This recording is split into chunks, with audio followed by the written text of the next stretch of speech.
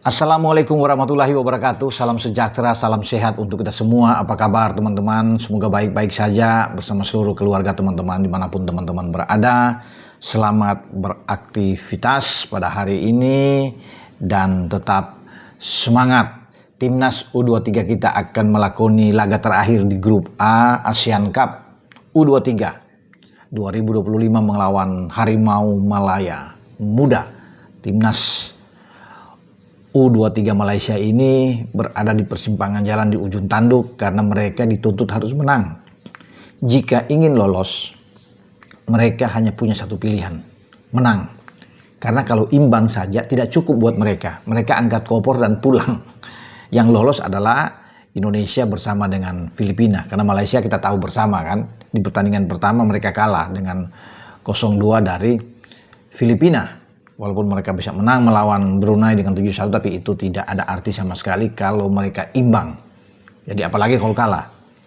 Nah, berkaitan dengan itu pertandingan di GBK nanti malam pada pukul 20.00 waktu Indonesia bagian Barat ini sangat penting bukan saja untuk Malaysia U23 tapi juga buat timnas kita.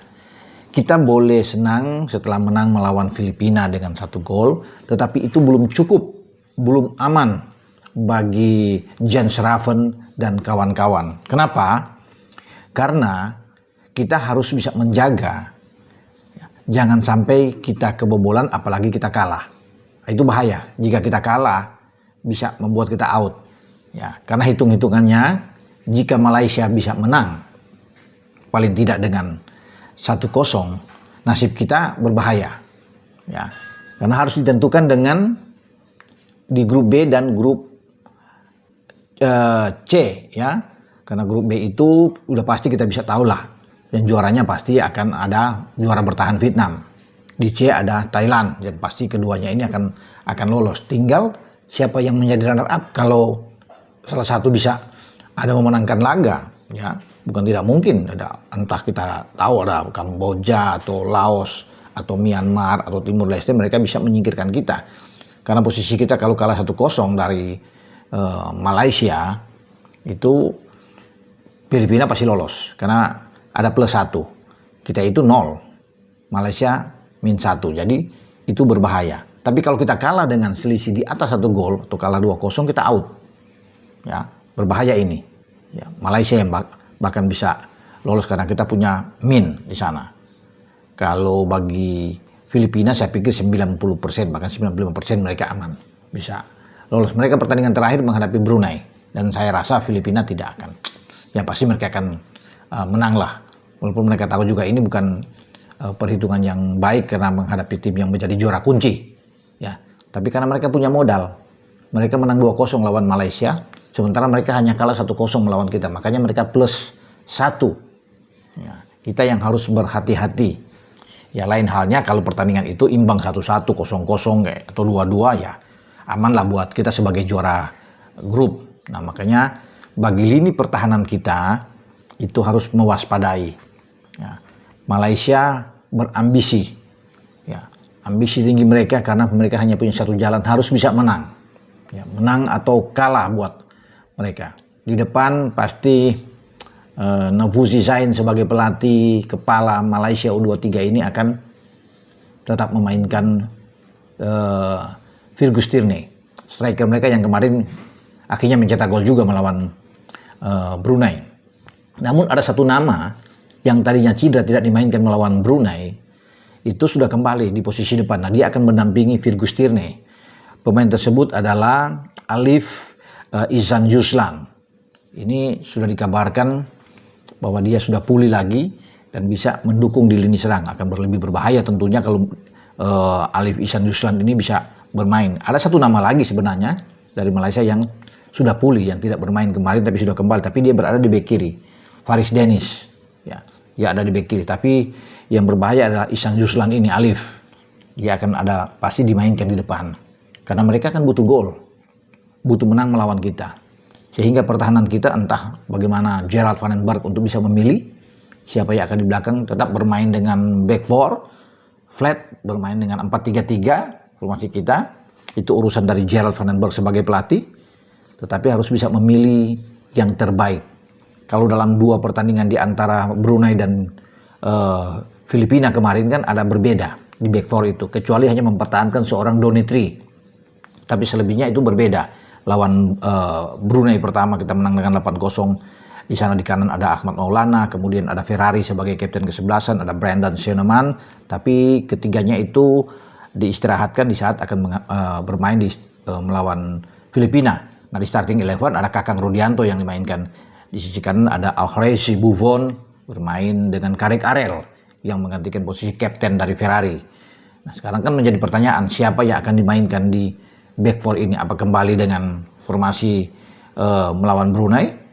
Ya, dengan ada Ahmad Maulana, Ferrari, dan Brandon, atau tetap mempertahankan juga formasi terakhir di belakang itu dengan ada 3 tadi yang saya sebutkan, ada Buffon, ada Kadek Arel, ya di sana ada Kakang yang bisa bermain, atau ada perubahan, misalnya Kadek bersama dengan Ferrari akan bermain, atau bermain misalnya dengan 3-4-3 atau 3-5-2, itu terserah dari.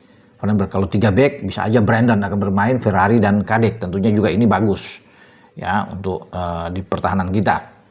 Mendorong Donitri bermain di flank sisi kiri, atau mungkin ada Ahmad Maulana dari sana atau Kakang. Ya kita tidak tahu apa yang akan dimainkan. Ya. Kalau tidak dimainkan mereka di sisi kanan, bisa aja ya Victor Detan dimainkan di posisi kanan. Sementara 3 gelandang kan pasti tidak tergantikan di antara. Ya kita tahu Arkan Fikri ada di sana, Tony Firmansyah, Robbie Darwish itu sudah paten lah, sudah kuat kalau di posisi gelandang. Tinggal 2 flank ini di kiri pasti Donitri akan ada, tinggal di kanan. Kalau ini bermain dengan 3 back, bisa aja Victor Detan yang akan ada di sana. Ya, sementara di depan Jens Raven yang pasti bisa dimainkan di sana. Ya, kemudian dengan Rahmat Arjuna yang bisa ada, atau dimainkan adalah Raihan Hanan bermain di sisi kanan, Detan berdiri di belakang Jens Raven. Nah itu kalau dengan 3-5-2. Jadi banyak opsi-opsi yang akan dipilih, ditentukan oleh Gerard van den Berg untuk menghadapi Malaysia U23. Ya karena Malaysia pasti mungkin saja akan bermain, karena mereka butuh menang. Ya pasti Nafuzi Sain sebagai pelatih akan mendorong bermain juga dengan 4-3-3, itu bisa aja. Karena dia sudah mengatakan bahwa dia tahu ya, Indonesia tim yang kuat, sulit untuk mengalahkan Indonesia, tapi mereka akan berusaha sebaik mungkin untuk bisa memenangkan laga. Ya, mereka tahu bahwa atmosfer di GBK itu akan lebih menyulitkan mereka. Tekanan dari supporter kita yang militan terhadap timnas kita itu pasti mereka akan rasakan ini berat. Namun mereka sekali lagi karena tidak punya pilihan, mereka akan berusaha. Makanya kita harus hati-hati. Pemain-pemain kita jangan terlalu overconfidence. Penyelesaian akhir finishing di depan gawang juga harus tetap ditingkatkan. Itu yang tidak terlihat menghadapi Filipina di pertandingan kedua kita. Semoga kita punya kreativitas yang sangat bagus pemain-pemain kita. Ya, penguasaan bola boleh, memegang bola sebanyak mungkin bisa, tapi yang ujung-ujungnya kita harus bisa bikin gol. Percuma kita penguasaan bola tinggi, bermain ya dengan mengendalikan permainan, tapi kita tidak bisa membongkar pertahanan lawan, bahkan tidak bisa mencetak gol. Ya, tapi kalau kita lebih efektif bermain, ya, semua peluang yang terbuka itu menjadikan gol, ini enak. Dan saya rasa kalau mau lihat dari kita bermain dengan Malaysia, kita bisa menang melawan Malaysia. Ini hanya feeling saja. Ya kalau bisa dikatakan untuk pertandingan nanti malam. Ya. Semua ada di pelatih Gerard dan juga keinginan niat dari semua pemain untuk bertempur, bertarung habis-habisan menghadapi Malaysia.